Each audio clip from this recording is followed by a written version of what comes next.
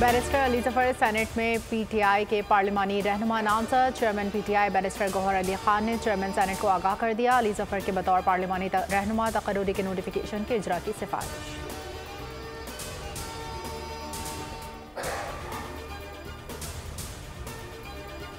मुखालफिन कपड़ों जूतों पर ही उलझ के रह गए। वज़ीर इत्तलात पंजाब अज़मा बुखारी का बयान। कहती हैं नवाज शरीफ की बेटी ने सबसे कम वक्त में पंजाब की खिदमत का एक नया रिकॉर्ड कायम किया।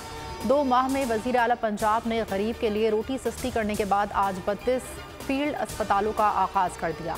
अब आपका इलाज आपकी दहलीज पर होगा।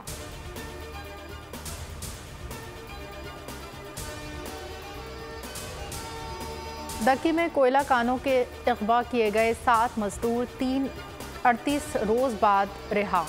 अगवाकारों ने मगहियों को दक्की के इलाका झालार पहाड़ में छोड़ा।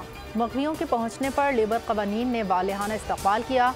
कोयला कानों से असलहे के जोर पर अगवा करके 6 रोज पैदल सफर कराया गया। सब्सक्राइब करें और बेल दबाएं ताकि कोई खबर रह न जाए।